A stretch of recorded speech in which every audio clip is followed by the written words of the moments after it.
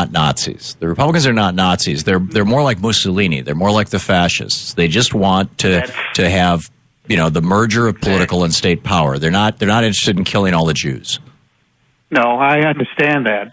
That's the point that I was trying to make, that they are basically what they are is fascists. I mean, you look at the 14 characteristics and the 14 descriptors of fascism, and to varying degrees, that pretty much describes today's Republican Party. Yeah. And this just kind of dovetails with everything that you've been talking about with the Koch brothers, because, I mean, who sees all this money? I mean, they are not going to give this money to Hillary Clinton or to Bernie Sanders or to Elizabeth Warren. I mean, it's all going to go to, take your pick. Yeah. Whatever. Well, the Kochs are pretty open about the fact that this idiots that the Republicans are going to run. Yeah. Yeah. Yeah, this is a serious problem. Henry, thanks for invoking the World War II Memorial and knowing those stats off the top of your head. That was brilliant. Thank you very much for the call. Lois in Shreveport, Louisiana, watching Free Speech TV on DirecTV. Hey, Lois, what's up?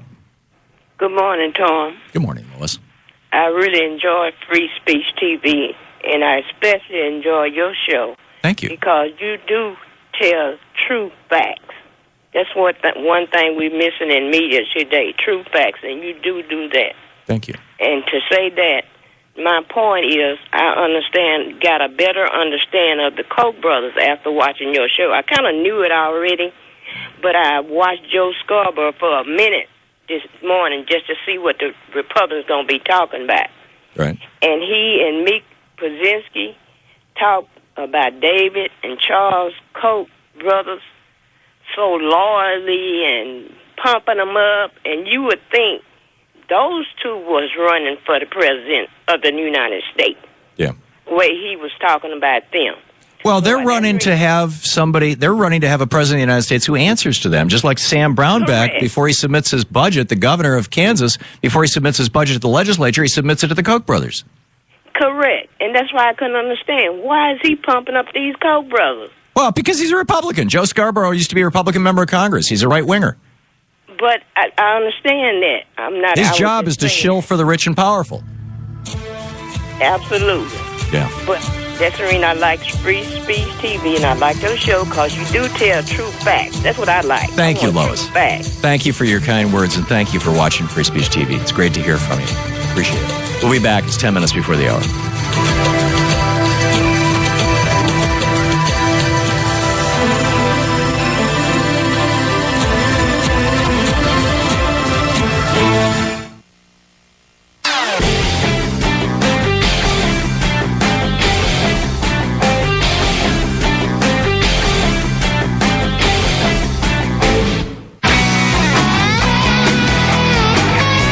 Before the hour, welcome back. Tom Harmon here with you. Well, we've got another 2.5 hours or 2.25 hours here to continue this rant. I do want to talk about Michelle Obama and her lack of a headscarf. I have a very specific take on this, which I will share with you at the top of the next hour, and we can talk a little bit about that. Somebody called earlier in the week, and they were asking about the economy of Iceland, so I went looking for that last night. And oddly enough, I hit Wikipedia first and discovered that, the economy of Iceland Wikipedia page has been rewritten by right-wingers. I will tell you about that as the show continues.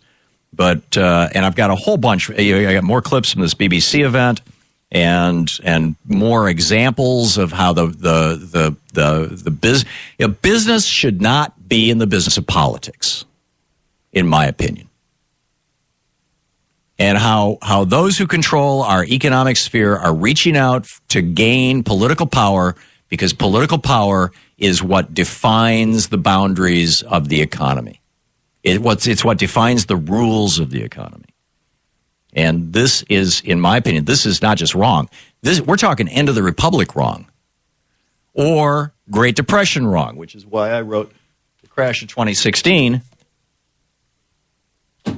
Which basically talks about this exact stuff. It starts out with Lewis Powell and the rise of the oligarchs in the United States. Anyhow, we'll pick up some phone calls here before we end this hour. Matt in Springfield, Virginia. Hey, Matt, what's up? Tom, I have to take a little bit of issue with you on one of your first remarks about taking an Uber ride with Michael Savage on the radio. Yeah. Oh, ubiquity of the right-wing noise machine does not make it acceptable.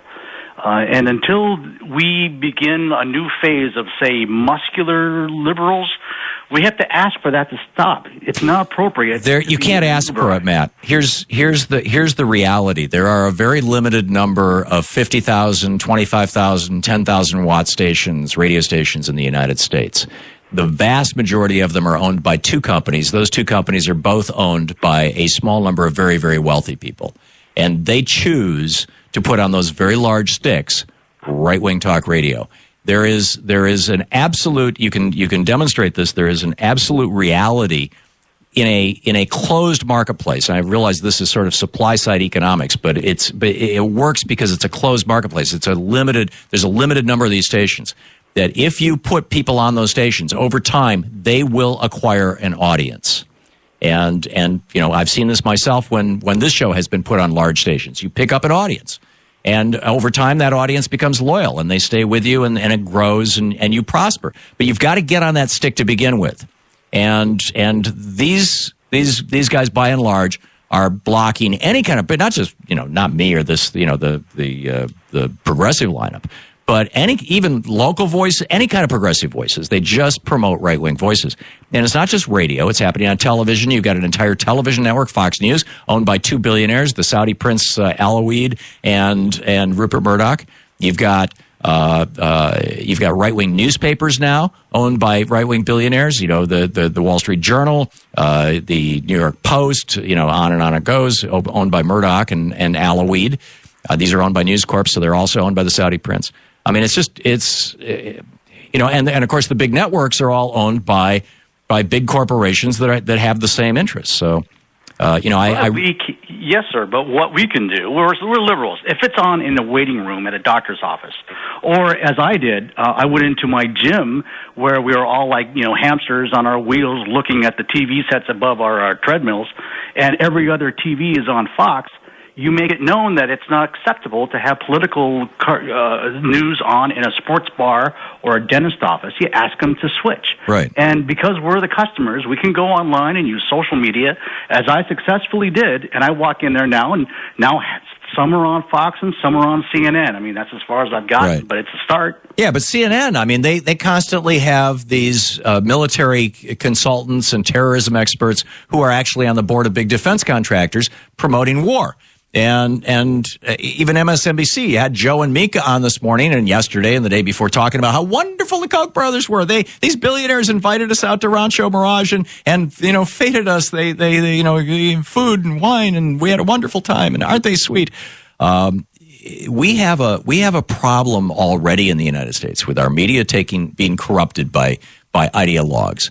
And now they're taking over our political process. I get your point, Matt, and good on you for using social media, and good on anybody who steps up in a truck stop or a restaurant or whatever and says, I really don't want Fox News on there. I'm offended by it. But and those kind of efforts need to be continued. But we need to be waking people up to the fact that it's not just billionaires. It's this whole idea that those who control the marketplace now want to control our political dialogue. Matt, excellent point. Thank you for the call. Paul in Harvard, Illinois, listening to WCPT. Hey, Paul, what's up? Hi, Tom. Well, I actually have a question about the TPP negotiations. Right.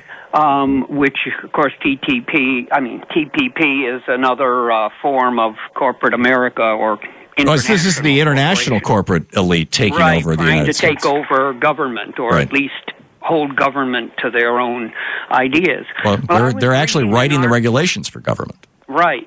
I was reading an article about the Highlands Forum, which has to do with the DOD. But it talked about how they changed the name from Highlands Group to Highlands Forum because they didn't want the bureaucratic restrictions that are imposed by the Federal Advisory Committee Act. Now, It went on to say that it's known as the open government law and requires that U.S. government officials cannot hold closed door or secret consultations with people outside the government to develop policy. All such consultations should take place via federal advisory committees that permit public scrutiny. Yeah, now, and they want to avoid public scrutiny. I know they do. Yeah. But if this is true, then the TPP negotiations violate the federal, the FACA. Well, if it was just unique to the United States, I would say that this is a treaty negotiation. It should be submitted to the Senate for 2/3 vote. But, definitely this is not the way the administration or the Republicans want to do it. Paul, your point is well taken, though. Very well taken. Thank you for the call. We'll be back. You're listening to Thom Hartmann.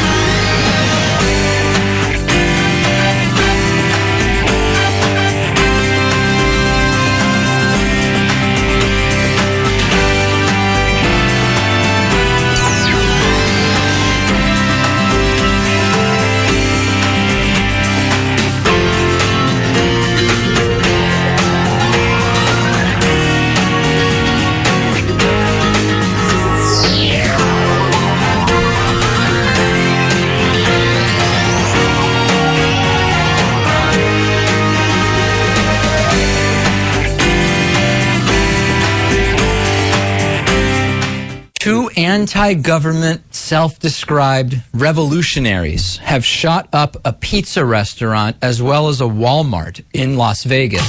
The internationally syndicated political series, The David Pakman Show, provides progressive talk, analysis, and interviews with the nation's youngest radio and television host, David Pakman. Find out more and catch up on all the latest episodes by visiting our website at freespeech.org.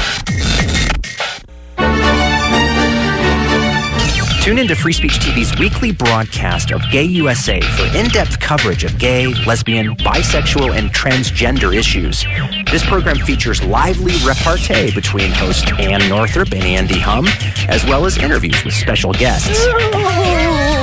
There's been progress for a transgender woman in Texas. If you missed an episode of Gay USA or want to find more engaging media, log on to our website, freespeech.org.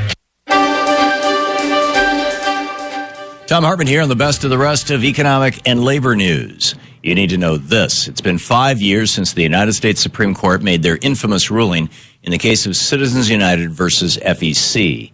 That ruling turned a century of legal precedent on its head with the declaration that corporations have a First Amendment right to spend money in elections. And that ruling opened the floodgates to massive spending in our political process. In the 5 years since the Citizens United decision was made, some alarming trends have emerged, and they show exactly why that ruling was so disastrous for our democracy. According to a new report from the Brennan Center for Justice, 3 of these dangerous trends were foreseen by the justices, but virtually ignored nonetheless. In the election cycles since the ruling, we've seen a tidal wave of dark money, despite the Supreme Court's claim that, quote, prompt disclosure of expenditures can provide shareholders and citizens with the information needed to hold corporations and elected officials accountable, end quote. And those shareholders, and the ones that our Supreme Court said would hold corporations accountable, have had a difficult time standing up to corporate spending that they know nothing about. In between elections, wealthy donors and corporations found new ways to collaborate with so-called outside groups and work around regulations that limit direct campaign contributions. Court claimed that those remaining regulations would prevent corruption, but donors simply went around them and continued trying to weaken them further.